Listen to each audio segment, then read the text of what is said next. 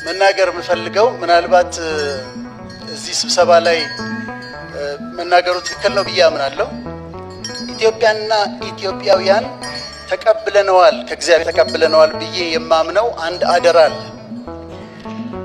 ይሄም ትልቅ አደራ እግዚአብሔር ለሙሴ ተናግሮት በቀጥታ በትእዛዝ የተሰራ የእግዚአብሔር ታቦት አለ። ርዝመቱን 2 ክንድ ተኩል ወርዱን 1 ክንድ ተኩል ቁመቱን 1 ክንድ ተኩል አድርግ፣ ውስጡን በወርቅ ለብጠው ውጪውን በወርቅ ለብጠው፣ የስርየት መክደኛ አድርግለት በወርቅ ለብጠው፣ ቀለበቶች አድርግለት ከወርቅ፣ መሎጊያዎች አዘጋጅ፣ ከግራር እንጨት ይሰራ በወርቅ ይለበጥ፣ ከተቀጠቀጠ ወርቅ ኪሩቤሎችን ስራና ላይ አድርግ፣ በሁለቱ ኪሩቤሎች መካከል በስርየት መክደኛው ላይ ሆኜ እኔ አናግርሃለሁ አለ። ያ በእግዚአብሔር ትእዛዝ የተሰራው ታቦት በሙሴ ዘመን ከሙሴ ጋር መጋረጃ ውስጥ ነበር። በኢያሱ ዘመን ከኢያሱ ጋር ሆኖ ዮርዳኖስን ከፍሏል። ህዝቡ እንዲሻገር አድርጓል። ካህናት ተሸክመውት ሲገቡ ኢያሪኮን ተሸክመውት ቢዞሩ ኢያሪኮ ፈርሷል።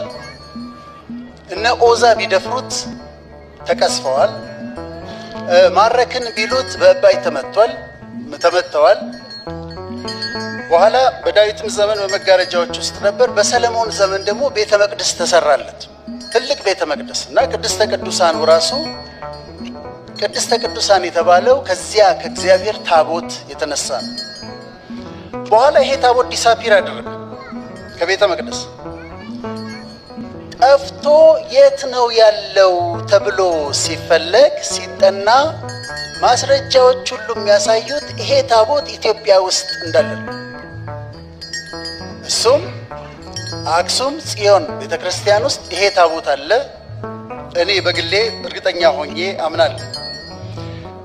እንዳጠናሁት የኢትዮጵያ ነገስታት መውደቅና መነሳት የኢትዮጵያ ሕዝብን ብልጽግናና ጉስቁልና ቀጥታ ከዚህ ታቦት ጋር ይያያዛል እና የእርሶን መንግስት እግዚአብሔር ታቦቱን ያንን ስፔሲፊክ የሆነው ኦሪጂናሉን ታቦት ነው ብለው እሱን ያከበሩ ነገስታት ከብረዋል። ኃይለ ሥላሴን እስከዛሬ ድረስ ማጀስቲ ነው የምንላቸው።